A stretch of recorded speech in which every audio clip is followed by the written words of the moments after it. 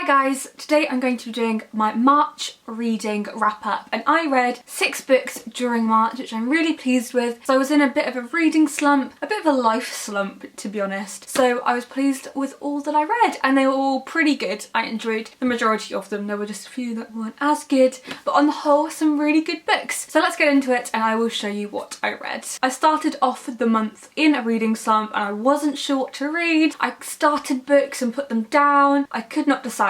But then I heard Alice Oseman talking about this book, which is The Fallen Children by David Owen. And I read David's debut novel, Panther, I think it must have been about a year, 2 years ago. It must have been 2 years, I think, now. And I enjoyed that a lot. But I've been super excited to read The Fallen Children. So after hearing Alice talk about how amazing it was, I thought this is the book that's going to make me get back into reading again and going to make me want to read it all and actually finish a book for once. So I did, and I really loved it. I thought this book was absolutely brilliant. It is a YA retelling of The Midwich Cuckoos by John Wyndham, which means that it's super creepy. This is set in a tower block on the Midwich estate, and what happens is that, I want to say it's a beam, it's kind of this supernatural thing that knocks people out. They can hear this humming and they all fall asleep, and then when they wake up, these 4 girls are pregnant and they are supernatural babies, and it's really weird. It's the weirdest book I think I've ever read, but in the best way possible. I really couldn't put this down. I'm going to be recommending it a lot because I thought it was just so original and unique and explored aspects of teenage life that aren't often seen in YA, which I thought was a very good thing and I'd like to see more of. I liked Panther, but I absolutely loved The Fallen Children. And on the front it's described as Stranger Things meets Asking for It. David writes in a really beautiful style. You understand everything that's going on in such a way that makes you want to keep turning the pages. And one of the best things about this book is that there are going to be, I think, 360 different covers that you can collect. They're all going to be in different colours. There are going to be really rare ones. So you're going to want a lot of copies of this book. I think I might wallpaper my wall in the different covers because I think that would be great. So I'm really looking forward to the release of this. It comes out on the 4th of May. I'm going to have about 360 covers, I think, and I think you're going to love it too. So I gave this one 5 stars. I can't wait to see what David writes in the future. I loved it. I really loved it. After that, I read The Jungle by Pooja, Puri, which was unfortunately a DNF for me. I didn't get too far in. I just did not want to read on. It wasn't, I don't know if it was a fault with me or a fault with the book, but I liked her writing style. I thought she wrote really beautifully too, but I was not feeling it. I wasn't feeling the story. I wasn't getting what I wanted out from it, so unfortunately I did not finish it, and I don't have a lot to say about this. I would still recommend it because I think other people would enjoy it, but sadly for me it was not a book that I enjoyed, but the cover is gorgeous and so that's what I have to praise about it. So I didn't rate this one because I didn't finish it. Yeah, I just don't really have a lot to say about The Jungle. Sadly, I really wanted to enjoy it. I might return to it in the future, I'm not saying no, but for now it is a DNF from me for The Jungle. By this point I was kind of despairing. I was thinking, I don't want to be in a reading slump again. What am I going to read? I've got to read something because I want to read something. I just don't know how. I don't know how I'm supposed to enjoy anything. But then a copy of Ice Cream for Breakfast by Laura Jane Williams popped through my letterbox and I started reading it immediately because I loved her debut novel, Becoming. I talked about it back in the summer. I really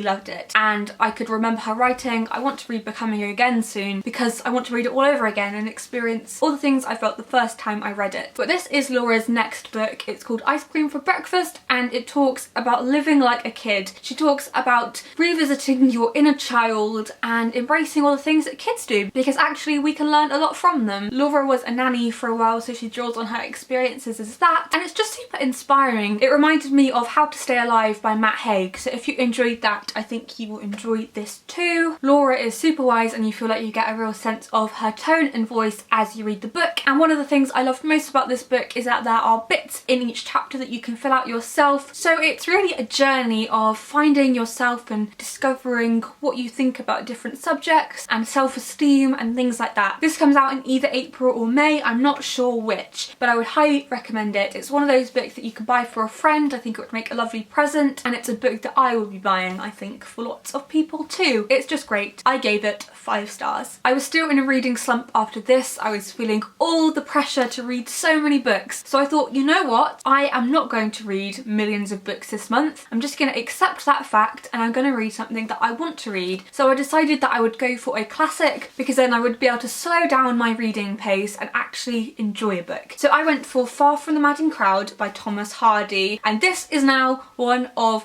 my all-time favourite books. I wanted to read this for ages. If you visit my old May TBR video, which I think was made in 2014 or 15, you will see that I wanted to read this book then. And it's taken me until now, March 2017, to read this book, but I don't mind because I think I enjoyed it more for the wait. It's about a woman called Bathsheba Everdeen who inherits her uncle's farm, and she gets rid of her bailiff. She says, I'm going to run this place myself and you can all listen to me, and I loved it. Bathsheba is a really interesting character. She's impetuous and makes the wrong decisions, but actually she's human because of that, and I loved how Thomas Hardy wrote her character. She has all these various suitors who are all vying for her attention. She makes the wrong decisions again. She goes through this whole process and she's like, why have I done this? Why did I do that? But I loved her for that. I loved that she had flaws, and I liked how Thomas Hardy didn't portray her as, oh, strong woman. Actually, she is strong in some aspects, but in other aspects she just doesn't make the right decisions. She's young, she tries to embrace life, but because of that she just messes it up a little bit, and I really enjoyed that. I enjoyed seeing a character who wasn't perfect. As I've mentioned quite a bit recently, I love Thomas Hardy for his evocations of the English countryside, in particular the Dorset, or Wessex as he calls it, countryside, because it's one of my favourite places on earth, and it was really nice to recognise some of the places within the book that I have been to and that are some of my favourite places to go. If you'd like to see a full video on Far from the Madding Crowd where I go into different themes and things like that, please let me know because I'd really love to do that. I want to talk about this book a lot more. I'm going to be recommending it a lot more and doing lots of videos on Thomas Hardy's books. I love him, he's my favourite, and this is one of my favourite books, and I would recommend watching the film too, starring Carey Mulligan, because it is amazing. I give it 5 stars. I wish I could have given it more because I would have done. I love it, love it, love it, love it. This month I was sent a copy of The Pavee and the Buffer Girl by Siobhan Dowd, and this has been illustrated by Emma Shord. Now this is a new copy of the book that has been illustrated. It has really lovely illustrations in it that really add to the story, but it was originally published in an anthology and it was Siobhan Dowd's first published work. You may know Siobhan Dowd because she was the person who came up with the idea for A Monster Calls, which was written by Patrick Ness in the end because she died a few years ago now, and she was a really incredible writer, and I haven't read too many of her books. I don't think I've read any, in fact, but I own quite a few and my mum has read some of them, so I want to read some of her books, and I enjoyed this. But I did give it 3.5 stars because it was a quick read. I didn't feel like I could give it any more because I haven't really thought about it since. So I would recommend it, especially if you've got a reluctant reader, because it's published by Barrington Stoke, who publish books for readers who may be dyslexic or who are reluctant to read, and it's a really nice sized font inside, so it's very accessible. It's about a traveller boy called Jim who goes to a school, and there he meets a girl called Kit, and it's just a look into their life as he stops in that town, and all about the traveller life, which is really interesting to read, and it's set in Ireland. So I would recommend this, but I am going to read more of Siobhan Dowd's books now, and I think I'll enjoy them more because they will be longer, but as books go, this was very enjoyable. And then the final book I read in March was Lady Chatterley's Lover by D.H. Lawrence, which I feel a bit weird about saying because it's one of those books that you read and then don't talk about because oh, it's sexual, it's awful, it's immoral, but I actually really enjoyed it. It's a very interesting book, one that I think everybody should read just to know what they think about it, if that makes sense. It's famous as a banned book. It had numerous trials and it wasn't allowed to be published in the UK for years and years. So actually I think there's something nice about reading a book and being able to read it now. I enjoyed it a lot. It's not really about sex. That's how everybody remembers it. Everyone thinks, oh, all this sex happens in it and it's really explicit. And yes, it is quite explicit, but actually the big theme running through Lady Chatterley's Lover is